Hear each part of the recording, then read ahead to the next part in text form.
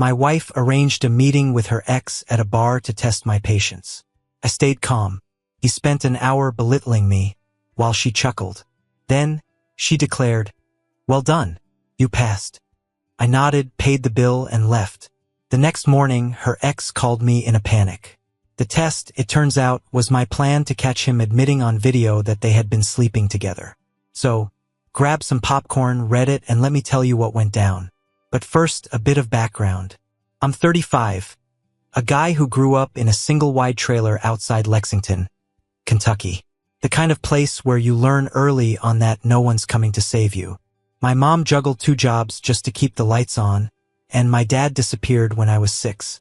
I worked my way through state college on scholarships and night shifts at a warehouse, loading trucks until my shoulders screamed. By 25, I graduated with a finance degree and exactly 0 debt. I clawed my way to a 6-figure job as a financial analyst at a regional investment firm. I inherited my grandfather's house when he passed, paid off the remaining mortgage in 3 years, and had a retirement account that would make most 50-year-olds jealous. I wasn't rich, but I was comfortable. My life ran on routine.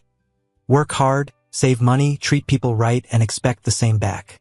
Then I married Victoria and things got complicated. She was 26 when we met, working some entry-level social media gig. I was 29, fresh off a promotion.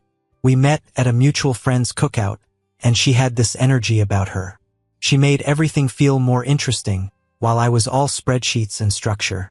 She was spontaneous weekend trips and trying new restaurants. She made me laugh, made life feel less like a checklist. I thought we balanced each other out. I brought stability, she brought chaos, in a good way. We dated for 3 years before I proposed, and we got married 6 months later in a small wedding. Her parents paid for most of it. The first year was good. Really good. She appreciated what I brought to the table. At least she acted like she did. I handled all the bills, and she made our house feel like a home. We had our rhythm. But year 2 is when things started shifting, subtle at first. She'd get texts late at night and laugh at her phone. When I'd ask what was funny, she'd say it was just work drama or friend stuff. I mentioned feeling like we weren't connecting as much, and she'd flip it around, tell me I was being clingy, that I needed to give her space and trust her more. So, I backed off, gave her that space, thinking maybe I was just being paranoid. Turns out my gut was right. I was just getting played. She started going out more with friends I'd never met. When I asked about them, she'd get defensive. Tell me I was trying to control her social life. Every conversation where I tried to express concern got twisted until somehow I was the problem. Too possessive, too suspicious, too jealous. Classic playbook. The bomb dropped on a Thursday night in September. We were splitting takeout Chinese at our kitchen table, General Tso's chicken. Victoria just casually mentioned it between bites, like she was asking me to take out the trash. "I need you to meet Brad this weekend." I looked up from my plate. "Brad? My ex?" "Yeah." She wouldn't look at me, just kept twirling lo mein noodles on her fork. "It's important to me that you can handle me having male friends. I need to know you're not going to be one of those insecure husbands." We'd been married for 2 years, together for 5, and now she needed to test whether I could handle her having male friends. Male friends who happened to be ex-boyfriends. "When were you thinking?" I asked, keeping my voice neutral. "Saturday night. There's this upscale lounge on Riverside. Brad suggested it." "Brad suggested it. Of course." "Sure," I said. "Sounds fine." Her eyes narrowed. She'd been expecting pushback, anger, jealousy. "Really? You're not going to make this difficult?" "Why would I? If he's just a friend. What's the problem?" That made her smile. "Good. I'm glad you're being mature about this." Mature, right? Here's what you need to understand about Victoria. She loved games, loved tests, loved putting people in situations where she could evaluate whether they measured up to her standards. Early in our relationship, she'd cancel plans last minute to see if I'd get mad. She'd mention guys hitting on her just to watch my reaction. At the time, I thought it was just her personality, quirky, unpredictable. I didn't see it for what it was. I was just some guy who thought he'd found someone who made his life more exciting. I was wrong. 3 weeks before Victoria dropped her lounge proposal, My phone buzzed during a Tuesday afternoon meeting. Text from my brother Cole. You need to see this. Calling you in 5 seconds. Cole was 4 years older than me, worked in commercial real estate, had 2 kids, and a wife he actually treated with respect. We'd always been tight. He knew me well enough to know when something was serious. I excused myself from the conference room. Exactly 5 minutes later, my phone rang. What's up? I answered. I'm sending you photos. Don't react until you're somewhere private. My stomach dropped. 3 images came through. Cafe I didn't recognize. 2 people at a window table. The angle was from across the street, zoomed in but clear enough. Victoria and some guy holding hands across the table, her other hand touching his face. Both of them smiling like they were in some romantic comedy. The third photo was worse, a kiss, not some friendly peck. Where was this? I managed to keep my voice level. That cafe on Whitmore Avenue. I was there meeting a client for lunch. Looked out the window and boom. There they were. I took the shots from my car. Peter, I'm sorry, man. Victoria told me she was having lunch with her sister Harper today. Harper, who lives 30 miles away in the suburbs? Yeah. Thanks for telling me. I said. What are you going to do? I don't know yet. Need to think. Don't do anything stupid. And Peter, call me if you need anything. I hung up and just sat there. My first instinct was to call her immediately, confront her, demand answers, but something stopped me. If I called her right now, she'd spin it. I'd seen this pattern before, not this time. I saved the images and went back to work. When Victoria got home that evening, I was on the couch watching a World War II documentary, acting completely normal. Hey babe, she said, dropping her bag on the counter. How was work? Same old. Yours? Good. Lunch with Harper ran long. You know how she gets when she starts complaining about her job. Sounds exhausting, I said. Didn't even look away from the TV. She went to take a shower. While the water ran, I checked our joint bank account. There it was, Whitmore Avenue Cafe, $73. I took screenshots, saved everything to the same folder. That night, lying in bed next to her, I started really paying attention. Once you start looking for cracks, they're everywhere.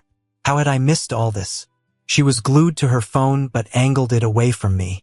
Had evening plans 3 times that week with friends I couldn't verify. The nights she came home late, she'd shower immediately. I checked our bank statements every morning after that. Designer. Shopping trips, expensive dinners at restaurants we'd never been to together.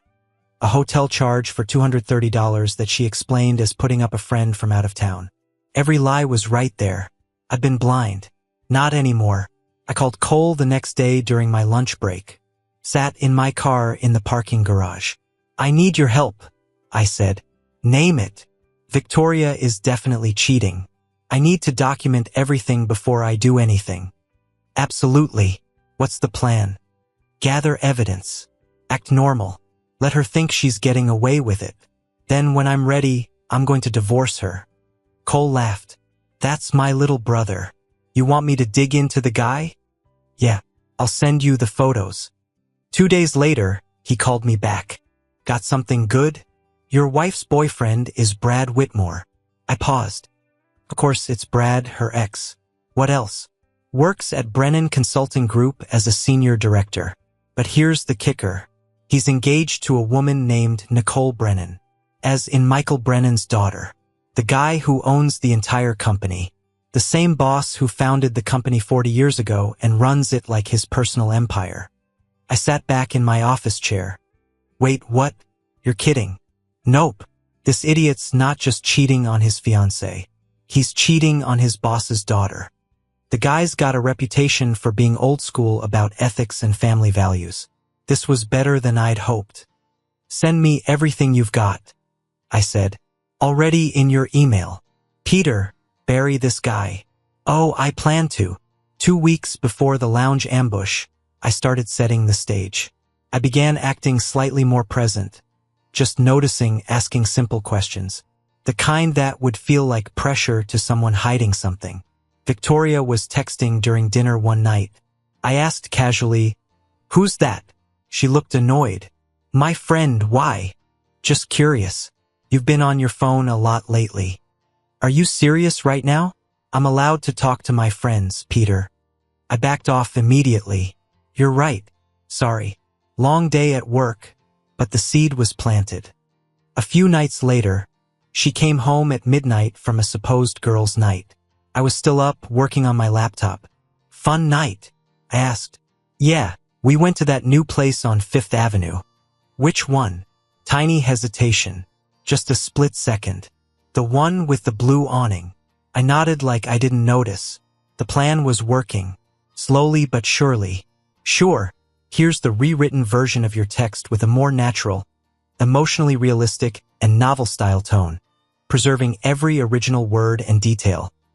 I knew exactly what she was talking about. I kept it up for 2 weeks. Little questions, casual observations, just enough to make her start feeling the walls closing in. She complained to her friends.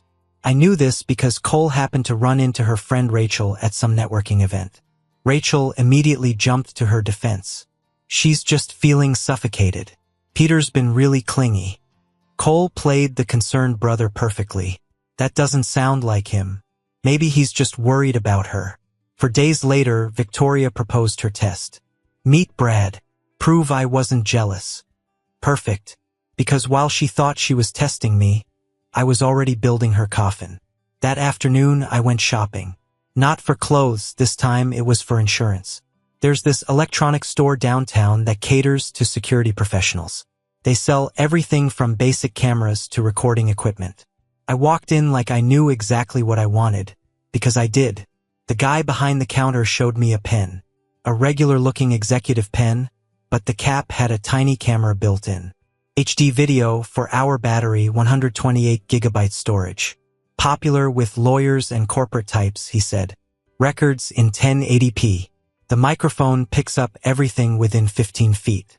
I bought 2 of them, then grabbed a small voice-activated audio recorder as a backup, just in case the pen failed.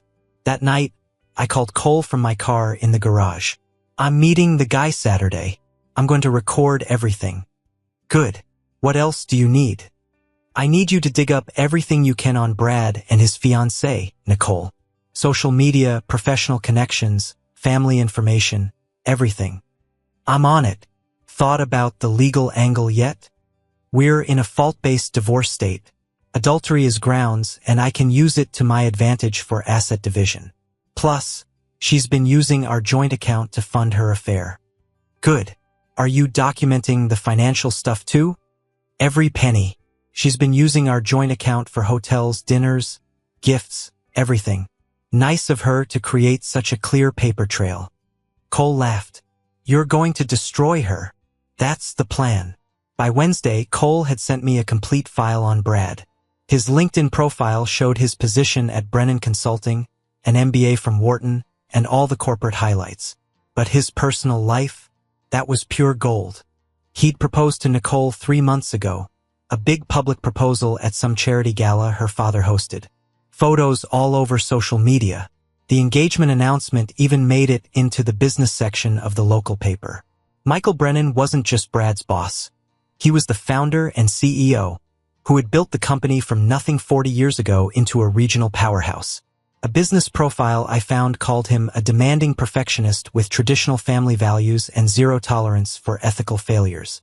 Brad wasn't just risking his relationship, he was risking his entire career. This guy's an idiot, Cole said when we talked that night. What's he thinking? He's thinking with the wrong head, I replied. Saturday night arrived. I dressed nice, a button-down shirt, dark jeans, decent shoes. The recording pen was clipped into my jacket pocket, positioned perfectly. The voice-activated audio recorder was in my pants pocket, just in case. Victoria looked like she was attending a movie premiere.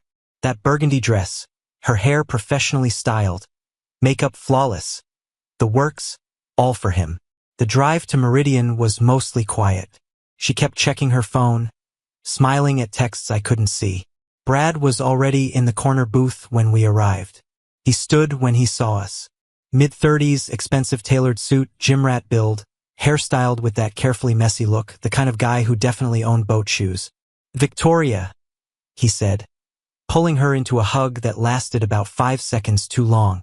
His hands rested on her lower back. Then he turned to me, extending his hand. You must be the husband, Brad. His handshake was aggressive. I matched his pressure exactly. Let go first. Peter, I said. Good to meet you. I slid into the booth. Victoria sat next to Brad, directly across from me. Right then, I knew exactly what this was. This wasn't a friendly meetup. This was a show, and I was supposed to be the audience. Brad ordered an expensive bottle of sparkling cider without asking what anyone wanted. $240 for fancy juice.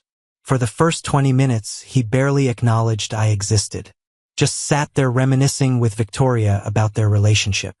Remember that trip to Soma? He said, his arm draped behind her on the booth. That vineyard where you got so excited. You started dancing with the barrels. Victoria laughed. The kind of genuine laugh I hadn't heard in months. Oh my gosh, yes. That weekend was amazing. How could I forget? Best weekend of that whole year. Brad made direct eye contact with me, establishing territory. We should do that again sometime, Victoria said, then caught herself. I mean, it was such a great trip. Smooth recovery. I just sipped my overpriced sparkling cider and let them play their little game. The recording pen captured everything. About 45 minutes in, Brad started in on me. Subtle digs at first.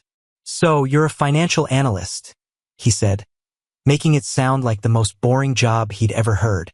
That's stable. Pays the bills. I bet, I replied. Victoria always had expensive tastes, though. He squeezed her shoulder. Hope you can keep up with what she needs. I manage, I said flatly. Brad leaned forward. Getting bolder now. You know what's interesting? Victoria used to date guys with real ambition. High risk, high reward types, people who weren't afraid to take chances. He gestured at me with his glass. No offense, but you seem safe.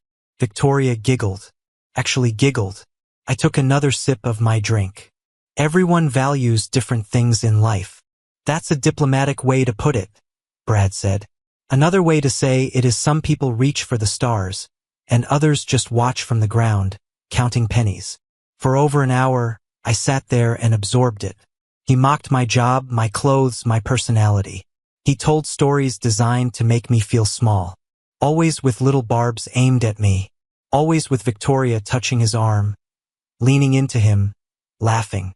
The recording devices captured all of it. Then Victoria excused herself to the bathroom. The moment she was out of earshot, Brad's mask dropped completely. He turned to me with this smug grin. Look, man, I'll be straight with you, he said, his voice low and confident. This whole thing, it's her way of showing you where you rank. She wanted to see if you'd fight for her. But you're just sitting there taking it like a chump. It's actually kind of sad. Maybe I don't need to fight, I said. Trust, right? You know we still talk, right? Late at night, sometimes she tells me things. Says she misses the excitement with me. This was it. Time to bait the hook. I leaned forward, put on my most vulnerable face, made my voice uncertain. Listen, Brad, I love Victoria. I really do. And I know you two have history. But she's my wife now. She told me you're just friends. I just need to hear that from you. Man to man. It was like throwing gasoline on his ego. He sat back, chest puffed out, savoring every second, looking around to make sure no one nearby could hear. Friends? Yeah, sure. We're friends. He paused, smiled. Really close friends. The kind that share more than just conversation, if you know what I mean. I needed him to be clear. I need you to be clear. What are you saying? Are you sleeping with my wife? He leaned forward, looked me dead in the eye, grinned like he just won the lottery. Every chance I get, buddy. Beautiful. Clear as crystal. Recorded in HD. Victoria came back a minute later, slid into the booth next to Brad. She glanced between us, sensing something had shifted. What did I miss? She asked, almost nervous. Just getting to know your husband better, Brad said smoothly. Man-to-man talk. We stayed another 15 minutes. More drinks, more insults wrapped in fake politeness. More physical contact between them. Finally, Victoria looked at her watch, then at me with this satisfied smile. Well, I think that went really well. She turned to face me fully. You handled that perfectly, Peter. You didn't get weird or jealous. You didn't make a scene. You passed my test. Those words. You passed my test. I smiled, small and controlled. Good to know. Then I pulled out my wallet, dropped enough cash to cover the bill, plus tip, stood up and walked out. I didn't wait for a response, didn't look back. Outside, I took my first breath in hours. My mind was clear. They'd given me everything I needed. Now comes the fun part. I drove home in silence. My brain was already running through next steps. Cole was waiting at my house when I got there. I'd given him a spare key weeks ago specifically for this. How'd it go? He asked. Better than I could have hoped. I pulled out both recording devices, got everything. We spent the next 3 hours transferring files and editing video. The pen camera had captured everything perfectly. Clear shots of Brad and Victoria. Every touch, every laugh, every moment of physical intimacy between them, and most importantly, Brad's confession. His exact words admitting to the affair. Cole helped me cut it down to a tight 7-minute video. This is really good, Cole said. You sending this to his fiancée? Her and her father, I said. Cole whistled. Oh, this is going to be beautiful. While Cole worked on compressing the final video file, I started drafting emails. I'd already consulted with a lawyer friend 2 weeks ago. Nothing official, just confidential advice. He'd walked me through the divorce procedure, explained my options, told me what evidence I'd need. We lived in a fault-based divorce state. Adultery was explicit grounds and could significantly impact asset division, especially since Victoria had been using our joint bank account to fund her affair. That was marital misconduct. Financial infidelity on top of regular infidelity. The house was mine, inherited from my grandfather. Never added her name to the deed. She had zero claim to it. Our joint savings account had $48,000, but she'd been spending my contribution on hotels and dinners with Brad while I paid all the household bills. That was going to be a very interesting conversation in divorce court. I drafted the email to Nicole first. Nicole, you don't know me. My name is Peter. Until very recently, I was happily married to a woman named Victoria. I discovered that your fiancé, Brad, has been having an affair with his ex for several months. I'm sharing this with you because you deserve the truth. I've attached the video link below. The second email was to Michael Brennan. Mr. Brennan, I sent the emails in the dead of night, laying everything out carefully. Brad was having an ongoing affair with my wife. While this was primarily a personal matter, I needed him to know 2 things. First, Brad was engaged to your daughter, Nicole. As a father, I thought you deserved to know about behavior that directly affected her well-being. Second, his judgment and integrity were clearly compromised. Someone willing to betray their life partner and deceive their fiancé may not represent your company appropriately. This wasn't blackmail or extortion, just the truth about the character of the people representing your organization. I attached the video link to both emails, hosting it privately behind a password. Cole read over my shoulder. You're about to ruin this guy's entire life. He ruined it himself, I said. I'm just making sure the right people know. I checked the time. 1:53 a.m. I hit send on both emails simultaneously, and then the real work began. Cole helped me pack Victoria's belongings. Everything. Every piece of clothing, every shoe, every accessory, the makeup from the bathroom, that ridiculous collection of decorative pillows, the books, all of it. We filled 23 boxes and stacked them neatly in the garage, labeling each one. While we packed, I transferred $30,000 from our joint account into my personal account, leaving her with $18,000. More than fair, considering how she'd spent thousands of my money funding her affair. I called the bank's automated system at 3 a.m., removed her access to our joint credit card, reported unusual charges from the last 2 months, and changed every password I could think of. Email, bank accounts, investment portfolios, social media. I updated the house alarm code and sent an email to the HOA with Victoria's photo attached, requesting she not be allowed through the security gate without my explicit approval. By 6 a.m., everything was done. Cole left and I slept for 4 hours. I woke up at 10 a.m. to my phone exploding, 73 missed calls, over 200 text messages. Victoria's messages told the story. Where are you? Why won't you answer? This isn't funny. My card isn't working. Answer your phone. I'm coming over right now. I made coffee and ignored all of them, scrolling through her increasingly panicked texts like morning news. Around 11 a.m., an unknown number called. I answered, heavy breathing, a man's voice, completely wrecked. You destroyed my life, Brad. I'm sorry, I said calmly, sipping my coffee. Who is this? You know exactly who this is.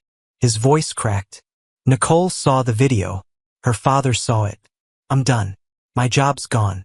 My relationship is over. Why would you do this? I took another sip. You spent Saturday night bragging about sleeping with my wife. You humiliated me for 2 straight hours. I just made sure the people in your life knew who you really are. Seemed fair. It was just talk. Guy talk. I was exaggerating. Were you? Because it sounded pretty specific to me. Every chance I got, you said your exact words. You recorded me illegally. That's wiretapping. I can sue you. Actually, in this state, only one party needs to consent to recording. But go ahead. Your lawyer will love playing that video in court. He made a sound like a wounded animal sobbing. Please, you have to tell them it wasn't real, that you edited it. I'll do anything. I'll pay you. Nope. I hung up and blocked the number. Victoria tried calling from 3 different numbers before I finally answered the 4th. What the heck did you do? She screamed. I documented the truth and shared it with the appropriate people. Seemed like the right thing to do, I said. You recorded us? That's insane. That's controlling and creepy. And you've been cheating on me for months. Which one of us is really the problem here, Victoria? You can't prove anything. I can prove everything. I have Brad on video admitting you're sleeping together. I have bank statements showing you spending my money on your affair. I have photos from 3 weeks ago of you kissing him at that cafe. Want me to keep going? Silence. Complete silence. Where's my stuff? She finally asked, her voice suddenly smaller, deflated. Boxed up in the garage, I replied. 23 boxes, all labeled. I'll have movers deliver them to your parents' house Tuesday. You can't kick me out. This is my home. Save it, I said. This is my house. I inherited it. I'm your wife. Not for long. Divorce papers are being filed Monday morning. Virginia is a fault-based divorce state. Adultery works heavily in my favor. Her voice turned sharp, vicious. You're going to regret this. My sister Harper's a paralegal. We'll take you for everything. I actually laughed. Harper? The paralegal who barely passed her certification exam on the 3rd try? Good luck. I've already moved most of our joint savings to my personal account. The house is mine. My retirement account is separate. My investment portfolio is separate. You get to keep whatever you brought into this marriage, which, if I recall, was about $12,000 in credit card debt and a used Honda. You can't just take our money. I left you $18,000. That's incredibly generous. My lawyer thinks I have a strong case to claim all of it back based on your misuse of marital assets. You're trash. And you're a cheater who got caught. Don't contact me again unless it's through lawyers. I hung up before she could respond. She tried calling back 17 times. I sent every single call straight to voicemail. An hour later, my HOA security called. Mr. Mitchell, your wife is at the front gate demanding entry. She's quite upset. She's not allowed on the property per my email this morning. If she doesn't leave voluntarily within 5 minutes, please call the police for trespassing. Understood, sir. She left 4 minutes later. Brad's downfall was swift and extremely public. Cole sent me a link Monday afternoon. A regional business news site had posted a story. Brennan Consulting parts ways with Senior Director Brad Whitmore. The article was deliberately vague but cited personal conduct inconsistent with company values. Anyone in the industry would know exactly what that meant. Nicole posted on social media the same day a photo of a beach sunset. Caption, "New beginnings. Grateful for truth and family. Good for her." Harper called me Tuesday morning. I let it go straight to voicemail. She left a 3-minute rant about how I was controlling, abusive, manipulative, how Victoria deserved so much better. I forwarded the voicemail to my lawyer with a note. Document this in case of harassment claims. He responded almost immediately. Already on it. By the way, opposing counsel reached out. Victoria wants to negotiate terms. Tell them no. Are you sure? They're offering to waive any claim to marital assets if you agree not to pursue recovery of the money she spent. Tell them I want full discovery of her financial records for the past year. I want it acknowledged in writing that the divorce is due to her adultery, and I want her to pay her own legal fees. Non-negotiable. Got it. Victoria didn't take that well. Wednesday morning, she showed up at my office building. Security called before letting her up. "Mr. Mitchell, your wife is in the lobby asking to see you. She's refusing to leave. Tell her I'm in a meeting and she needs to go through my attorney." "She's refusing to leave, sir. She's causing a scene." I sighed. "I'll be down." Victoria looked like she hadn't slept in days. Makeup smeared, hair a mess. Standing in the middle of the lobby while co-workers pretended not to stare. "Peter, there you are," she started. "Listen, we need to talk. This is all just a huge misunderstanding." "Leave," I said calmly. "Right now. You can't kick me out without hearing me. You are making a mistake. Leave. Don't make me call security." Her face crumpled. Tears spilled down her cheeks. "You're really going to throw away 5 years over one misunderstanding?" "Misunderstanding? You had a full affair for months. You humiliated me while your boyfriend bragged about sleeping with you. Those aren't mistakes, Victoria. They're choices. Peter, let's just fix it like adults. This is so unnecessary." She reached toward my arm. I stepped back. "You have 10 seconds to walk out or I'm calling security." She just stood there, crying. I pulled out my phone and dialed security. "Yes. I need someone to escort my wife out." 2 security guards arrived within a minute. They gently took her by the arms. I walked with them to the exit. She screamed the whole way. Stuff like, "I'll make sure you regret this," and "You can't do this to me." Afterward, my boss pulled me aside. "You okay, Peter?" "I'm fine. She won't be back. Sorry you're dealing with this. If you need time off, I'm good. Work actually helps." By Friday, Victoria's life was unraveling fast. She'd already moved back into her parents' tiny 2-bedroom condo at 31 years old. Harper tried one more time to reach me, this time by email. "Peter, you're a coward and a bully. Victoria made one mistake and you're destroying her entire life over it. Real men forgive. You're just proving you were never good enough for her. You'll die alone and bitter." I forwarded it to my lawyer. Cole called that evening. "You heard the latest about Brad? What now?" Not only did he get fired, Nicole's father is actively blacklisting him. Word is Michael Brennan made some calls. Brad can't get a job anywhere in consulting now. He's moved back to his parents' place in Ohio. 40-year-old man living in his childhood bedroom. "Thoughts and prayers," I said flatly. Cole laughed. "Ice cold, man." The divorce moved quickly after that. Victoria's lawyer tried to fight, but they had nothing. The evidence was overwhelming. Adultery, financial misconduct, everything documented. My lawyer was efficient and brutal. Every motion they filed, he countered with evidence. Every claim they made, he buried with documentation. 6 weeks after those first emails, Victoria signed the divorce papers. She got the $18,000 from our joint account, her car, and her belongings. That was it. I kept the house, my retirement accounts, and my investment portfolio. The divorce decree cited her adultery as grounds. Public record. She tried one last desperate move. Her lawyer sent a letter threatening to sue for emotional distress, claiming I'd intentionally destroyed her reputation. My lawyer responded with a 2-page outline of every instance of her misconduct and concluded with, We would be delighted to discuss her behavior under oath in civil court. We will bring everything, the video, the bank statements, the photos. They withdrew the threat within 24 hours. 3 months after the divorce finalized, I was in my garage on a Saturday morning when the doorbell rang. The security camera showed Victoria. She looked nothing like the woman I'd married.